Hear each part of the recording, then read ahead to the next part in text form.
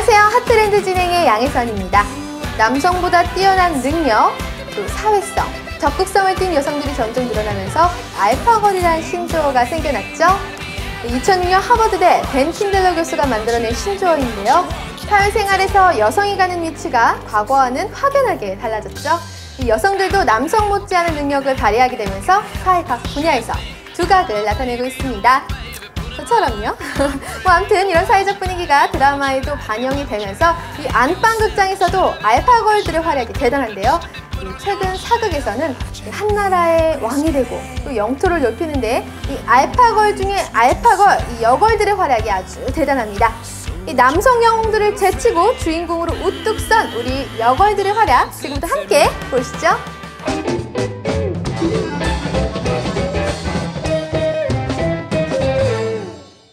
곱게 치장하고 앉아 시기와 암투를 벌이던 여인이 이제는 갑옷을 입고 전장을 누비고 있습니다. 사랑하는 님을 그리며 규방에서 술을 놓던 규수가 바늘을 던지고 칼과 활을 들고 나라를 위해 몸바치는 여걸로 변화하였으니 사극에도 여걸 전성시대가 열리는구나. 고려 5대왕 병종의 비이자 6대왕 성종의 누인 천추태후, 거란군과의 삼초전쟁을 승리로 이끈 것은 물론 스스로 석정의 자리에 오른 천추태후의 카리스마와 리더십, 낭랑국과 고구려 역사를 다루고 있는 자명고, 이복동생 낭랑공주의 배신으로 호동왕자의 칼에 의해 망해버린 낭랑을 재건하기 위해 몸부림치는 자명공주, 신라가 삼국통일을 할 수 있는 기반을 닦은 최초의 여성임금 선덕여왕, 그리고 정적으로 맞서는 신라시대 여걸 미실의 맞대응이 안방극장에서 펼쳐지고 있죠. 구국의 남자 영웅담, 이젠 지루합니다. 사랑 때문에 힘들어하거나 남성 캐릭터의 대업을 돕는 보조 역할에 그쳤던 여성 캐릭터들 가주세요. 왜냐? 국가의 명운을 고민하고 이끄는 리더 여걸들이 오고 있거든요. 한국사에서 남성 못지않은 능력과 야망으로 운명을 주체적으로 개척한 사극 속 여걸들을 만나보겠습니다.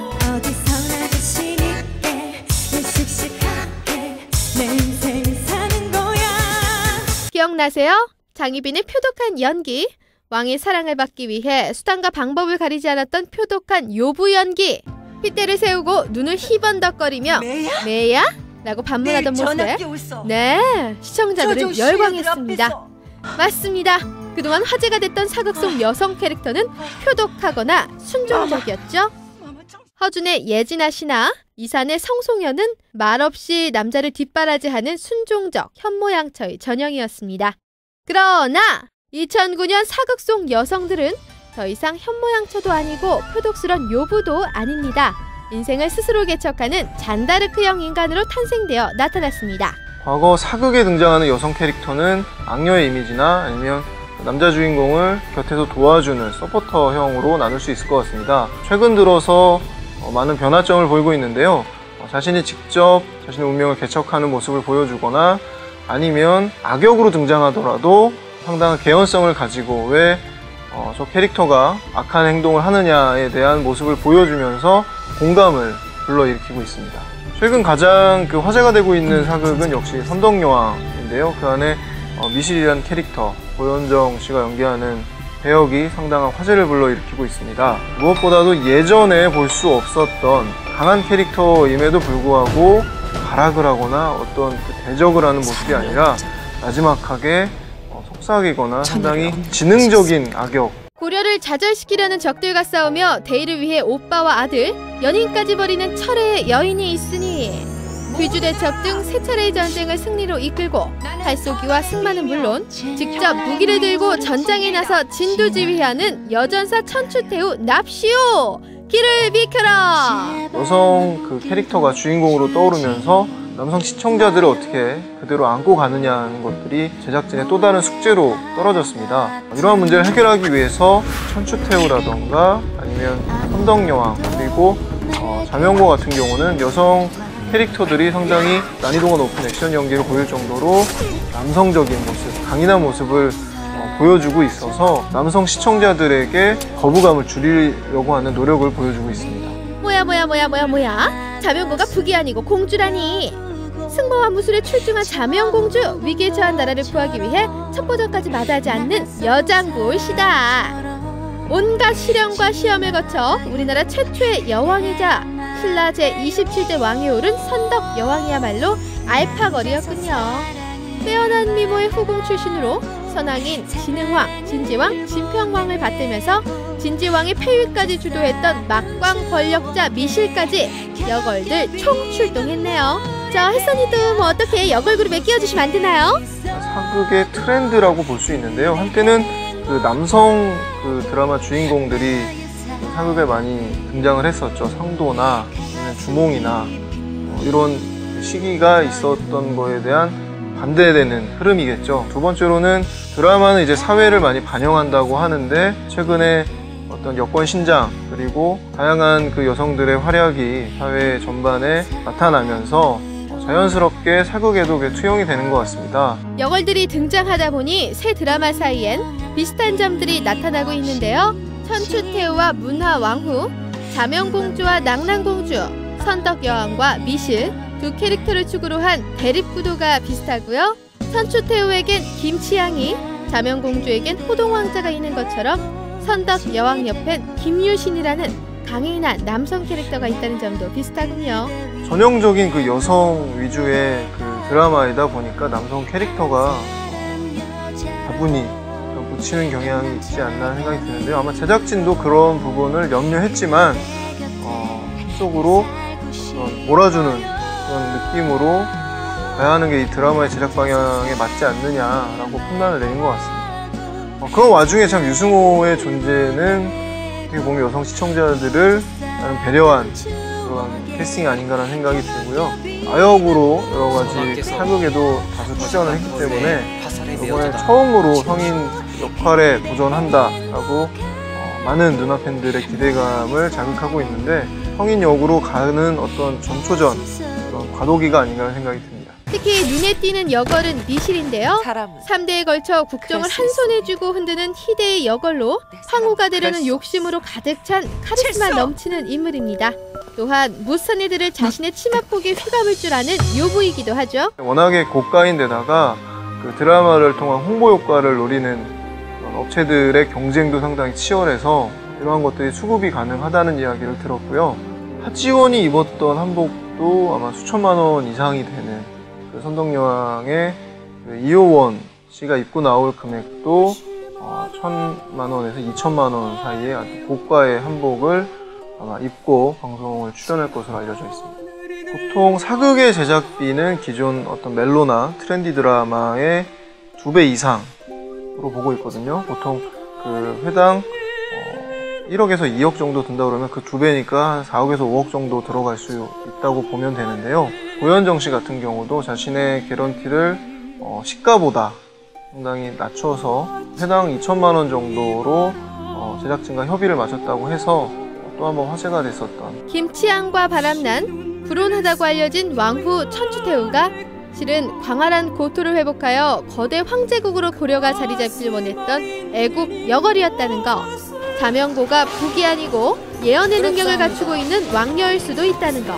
사실일 수도 아닐 수도 있는 이 모든 것의 중심에는 여성이 있죠. 천추태후 같은 경우도 이번 드라마를 통해서 어느 정도 재해석되는 인물이 아닌가 생각이 드는데요. 종전의 역사상으로는 상당히 권력지향적이고 탐욕스러운 인물로 묘사가 됐지만 이번 드라마에서는 상당히 영웅적인 느낌으로 재해석돼서 여러 가지 이견들이 많이 등장하고 있습니다. 지난해 종영된 바람의 연이라는 드라마도 그 화가 신윤복을 남장 여자라는 설정으로 이야기를 풀어가면서 신윤복과 경쟁하는 다른 화공들과의 관계에 있어서 상당히 기존의 역사와는 약간 동떨어진 부분도 많다고 해서 여러 가지 비판을 많이 받았고요. 제작진이 이것은 정말 픽션이다, 하나의 시각이고 해석에 불과하다라고 해명을 하는 그런 상황까지 벌어질 정도로 역사 왜곡이냐 혹은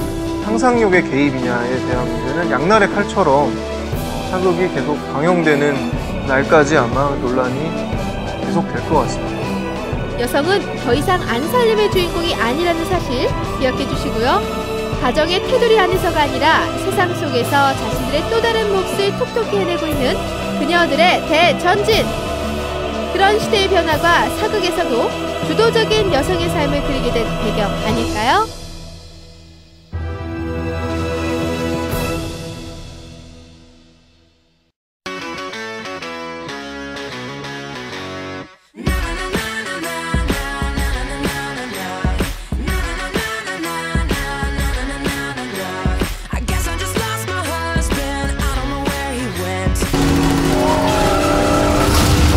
(007) 시리즈에서 적들과 싸우며 화려한 무기를 선보이는 제임스 본.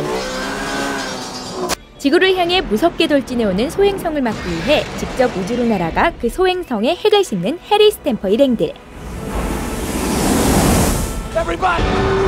그리고 날아다니는 자동차는 기본, 지구인과 외계인이 섞여 바야흐로 우주의 시대를 살아가는 영화 제5원소의 주인공들. 인간이 할 수 있는 모든 상상력이 곧 현실이 되는 곳이 있으니 바로 영화의 세계죠. 영화 속의 발전된 첨단 기술들이 과연 과학적으로 설명이 가능하긴 한 걸까요? 그래서 준비했습니다. 영화의 환상에서 벗어나 냉정한 시선으로 평가해보는 영화 속 과학의 진실. 지금부터 샅샅이 파헤쳐보도록 하겠습니다. 영화 속 과학 이야기, 단골 소재 첫 번째는 바로 암호전쟁. 체계적이지만 복잡한 원리로 얽혀있는 암호를 어렵사리 해독하며 실마리를 풀어가는 주인공들. 이러한 머리 아픈 암호 영화의 대표 주자로는 인디아나 존스와 다빈치 코드를 들 수 있습니다. 인디아나 존스에서는 주인공 해리슨 포드가 온갖 암호들을 동원해 미국의 건국 초기 대통령들이 숨겼을 것으로 추정되는 보물을 찾아 나서고요. 다빈치 코드에서도 중요한 단서를 찾기 위해서는 암호 해독이 절대적으로 필요했습니다. 물론 영화 인디아나 존스나 다빈치 코드의 암호는 현실과는 전혀 동떨어져 있죠. 실제 암호는 대부분 개인정보와 국가기밀의 보호를 위한 목적으로 쓰이고 있으니까요. 그리고 미래의 암호 분야는 전망이 조금은 어둡다고 하네요. 바야흐로 해킹의 시대가 도래하고 있다 보니 말이죠. 다음으로 과학 영화의 단골 소재로 절대 빠질 수 없는 것은 바로 외계인. 일단 영화 속에 외계인이 나오려면 극도로 발달된 비행문화, 즉 UFO가 등장해야 하고요.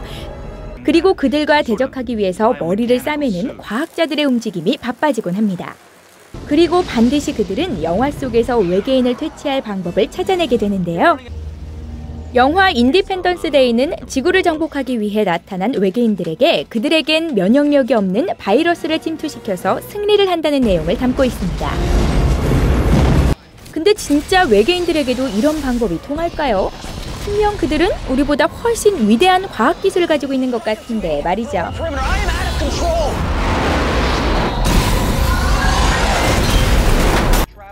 세 번째 영화 속 과학기술은 바로 눈부신 GPS 시스템입니다. 현재 GPS 시스템은 개인 위치 추적이나 자동차 내비게이션 등에서 직접 활용되고 있는데요. 물론 영화 속 GPS는 이 정도로는 빛을 발할 수가 없습니다. 손으로 몇 번 조작한 후엔 바로 지구상의 모든 것을 볼 수 있도록 해야 하는 것이 바로 영화 속 GPS의 세계. 이러한 영화 속 GPS의 기술은 머지않아 현실에서도 가능한 것은 물론이고 상대방의 얼굴 표정과 숨소리까지 들을 수 있게 될 것이라고 하니 이거 어디든 원하는 곳을 볼 수 있게 된다는 것은 좋지만요. 사생활 침해가 심히 우려되지 않을 수가 없습니다. 영화 속 과학기술 네 번째는 재난 영화 속 과학기술.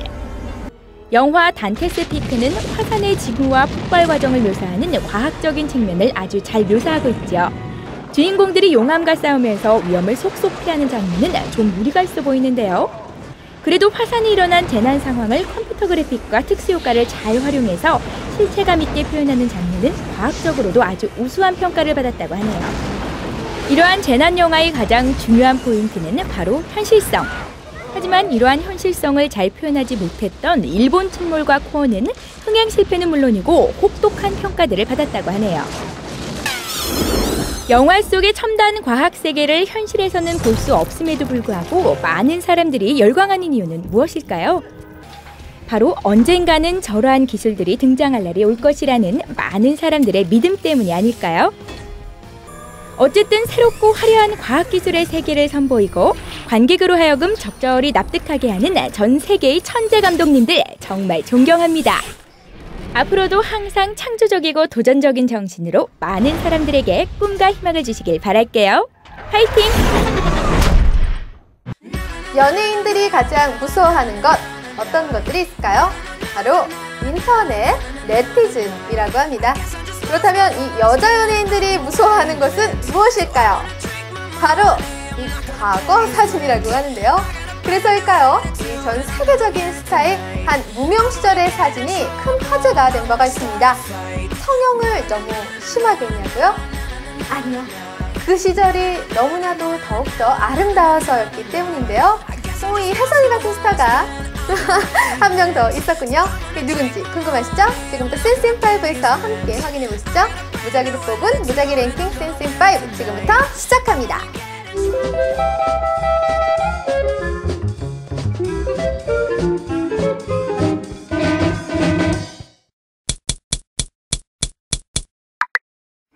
스타들의 과거, 깜찍하거나 혹은 끔찍하거나. 근데 여기 과거가 훨씬 더 예쁜 세계적인 스타가 있습니다. 무작위 랭킹 하나, 마릴린 먼로 무명 시절 사진대 공개! 전 세계인의 사랑을 받는 영원한 섹스 심볼 마릴린 먼로의 인기는 죽어서도 변함이 없는 것 같습니다. 얼마 전 폐간된 라이프지의 디지털화 작업 중 그녀의 무명 시절 사진들이 발견! 전 세계 네티즌들의 뜨거운 반응을 불러모았는데요. 애되고 순수해 보이면서 섹시한 이 모습! 아쉽게도 지금은 그녀의 모습을 볼 수는 없지만 현재 많은 스타들이 그녀의 작품 속 모습을 기리며 따라하기에 나서고 있죠. 누가 제일 비슷한가요? 에이, 근데 이분은 좀 아닌 것 같은데요.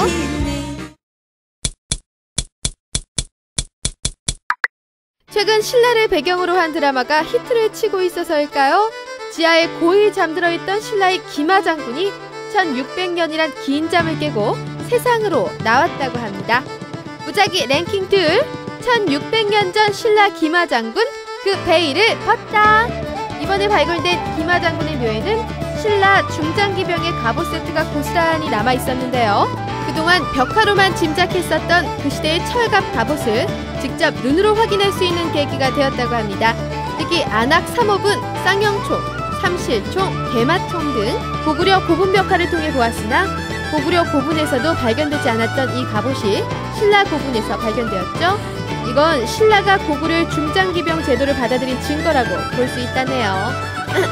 이번엔 역사 공부 제대로 하게 되겠는데요. 자, 나머지 신라에 대한 역사 공부는 드라마 선덕여왕을 보면서 좀 해볼까요?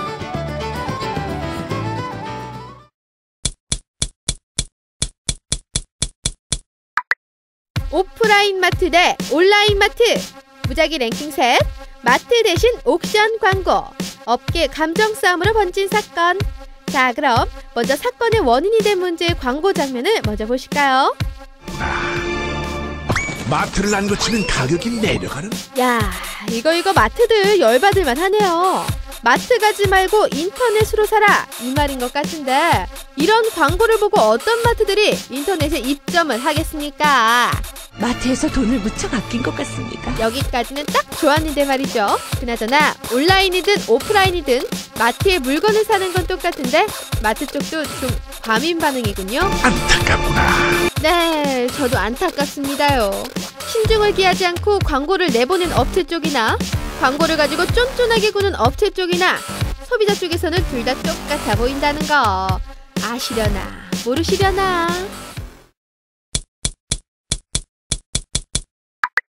세계적인 경기 침체는 이제 대통령 부부의 데이트 비용도 꼬집어 놓았습니다. 무작위 랭킹 넷, 오바마 부부 주말 데이트 비용 무려 9천만 원. 어머, 그 돈이면 한국에서 웬만한 집 전셋값 아닌가요? 오바마 부부의 데이트 비용이 비싼 데는 이유가 있다고 하니 일단 들어보도록 하죠. 대통령이 한번 움직이려면 수많은 보좌관들과 경호원들이 동행하잖아요. 한꺼번에 이동하는데 비행기만 무려 3대나 동원된다고 하니 그 돈만 따져도 엄청난 금액인데요. 문제는 그 돈들이 국민들이 낸 세금으로 메꿔진다는 것, 바로 이 점이 오바마 부부의 호화 데이트를 비난하게 만드는 이유죠. 그나저나 우리나라 대통령님은 데이트를 어떻게 하시려나? 설마 9천만 원보다 더 드는 건 아니겠죠? 궁금한데 뭐 직접 확인해보죠. 여보세요? 거기 청와대죠? 우리 대통령님 데이트 비용이 얼마나 되나요? 에?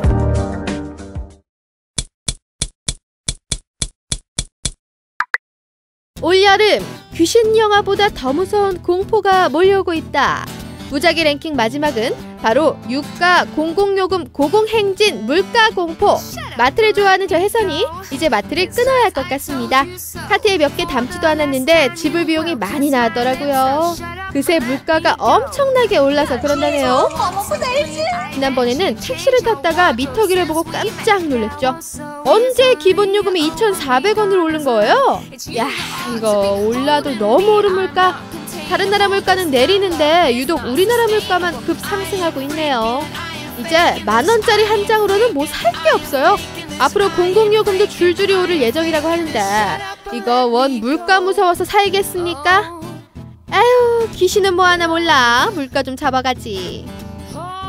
이상 무작위 랭킹 센스앤5였습니다. 방 안에 널어놓은 빨래를 개기도 전에 입어버린다.